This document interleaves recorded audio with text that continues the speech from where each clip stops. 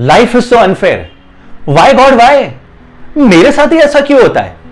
ऐसा हम सब लोगों ने कितनी बार गुस्से में, फ्रस्ट्रेशन में, एंगर में, हंसते हुए, खिल्ली उड़ाते हुए, सरकाज़म में बोला है। नमस्कार दोस्तों, मैं हूं वरुण सेठी और यह वीडियो आप मिस नहीं कर सकते क्योंकि यह वीडियो आपकी सेहत के लिए बिल्कुल भी हानिकारक नहीं है बल्कि बहुत जरूरी है। तो क्या है ये अनफेयर? लाइफ इज अनफेयर जो हम बोलते रहते, क्या है ये चीज? जब हमारे मन की ना हो रही हो, हमारे मन के हिसाब से कुछ ना मिल रहा हो, जो डिजायर्ड आउटकम या डिजायर्ड रिजल्ट्स है वो हमें ना मिल रहे हो, तो हम उसे अनफेयर कहने लगते हैं। और इसे भी हम दो कैटेगरीज में बांट देते हैं, एक जो हमारे कंट्रोल में है, दूसरा जो हमारे कंट्रोल में नहीं है। जैसे कि आप रास्ते पे चल रहे, पीछे से एक रिक्शे वाले ने टक्कर मार दी, आप कहेंगे कि ये कितना अनफेयर है, ये मेरे कंट्रोल में कैसे है। बट अगर आप रिलेटिवली और सब्जेक्टिवली इसको देखें तो ये सब कुछ आपके कंट्रोल में है भी और कुछ भी आपके कंट्रोल में नहीं है। बट इस विषय में हम दूसरे वीडियो में बात करेंगे। दोस्तों, अब इसको थोड़ा सा गंभीर रूप से समझने की कोशिश करते हैं। जब भी वो डिजायर्ड रिजल्ट या आउटकम नहीं मिल रहे होते या आपको जो भी करना है उस हिसाब से आपकी वो सिचुएशंस नहीं बन रही होती है और हम कहते हैं कि लाइफ इज अनफेयर, ये कहने से पहले ना यू नीड टू पॉज। जी हां, यू नीड टू पॉज। आपको चिंतन करने की जरूरत है, आत्मचिंतन करने की जरूरत है, एनालिसिस करने की जरूरत है, इंट्रोस्पेक्शन की जरूरत है, सोचने की जरूरत है कि ऐसा क्यों हो रहा है, क्या हो रहा है जो मैं कर रहा हूं उस हिसाब से मुझे वो रिजल्ट्स नहीं मिल रहे।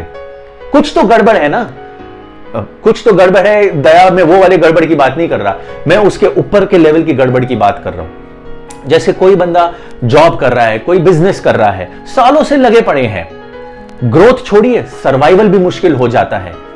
उस टाइम पे आप ये नहीं कह सकते कि लाइफ इज अनफेयर। वो टाइम है ये एनालाइज करने का, ये जानने का कि क्यों ऐसा हो रहा है। कुछ तो मिसिंग है, कुछ तो गड़बड़ है जिसकी वजह से मुझे वो सब कुछ नहीं मिल पा रहा। क्या पता आपकी दिशा ही गलत है, जाना आपको नॉर्थ में है और आप अब तक साउथ की तरफ भागते हैं। तो ये चीज आप सिर्फ एनालिसिस से, इंट्रोस्पेक्शन से, उसी से पता कर सकते हैं। और इसमें अगर आप एक्सपर्ट्स की हेल्प लेते भी है तो कोई बड़ी बात नहीं है।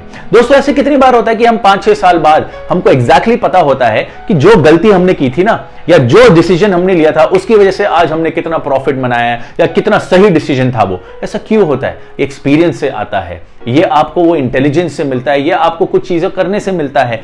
फेलियर्स आपको सिखाते हैं। दोस्तों, हमें फेलियर्स और गलतियों से प्रॉब्लम नहीं होनी चाहिए, हमें प्रॉब्लम होनी चाहिए कि जब हम उन गलतियों और उन फेलियर्स से नहीं सीखते।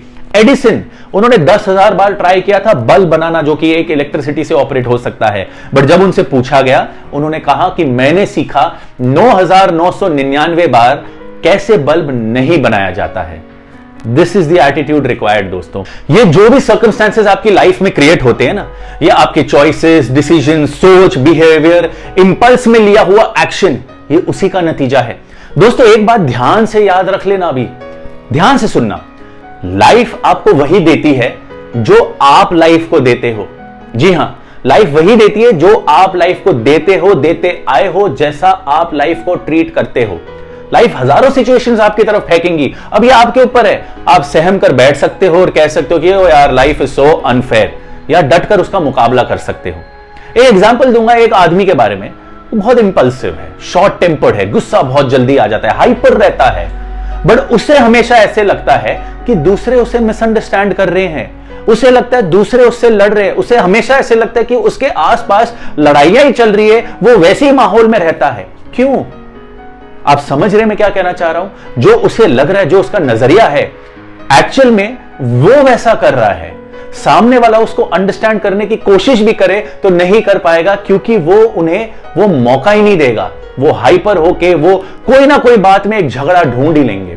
हम अपनी कमियों को छुपाकर फिर कहते हैं कि लाइफ इज सो अनफेयर। हमने अपने स्कूल, कॉलेज, अपने जॉब पे, अपने बॉस के लिए, अपनी कंपनी के लिए कितने सारे प्रेजेंटेशंस और कितने सारे प्रोजेक्ट्स बनाए हैं।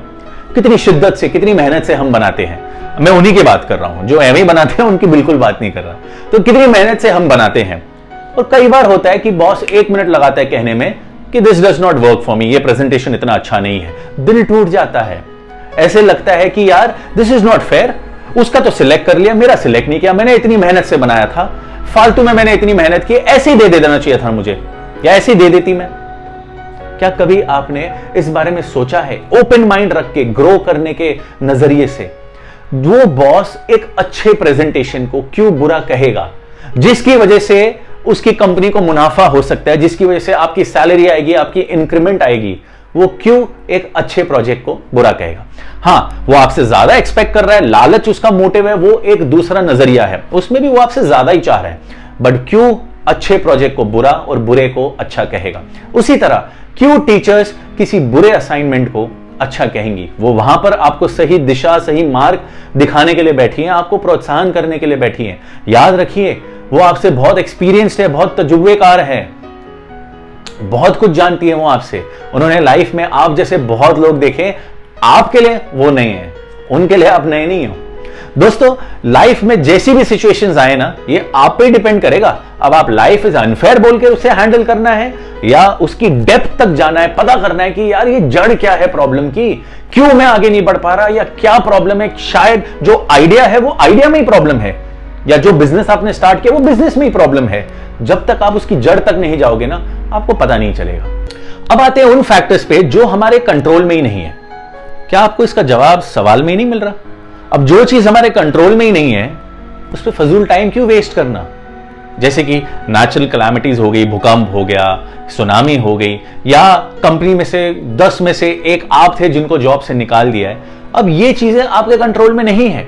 हां, आप इसके एनालिसिस जरूर कर सकते हैं कि आप वाकई में आप में वो कमी थी जिसकी वजह से आपको निकाला है, बट कई बार ऐसा होता है कि यू वर जस्ट अनलकी, जिसे हम कहते हैं अनफेयर।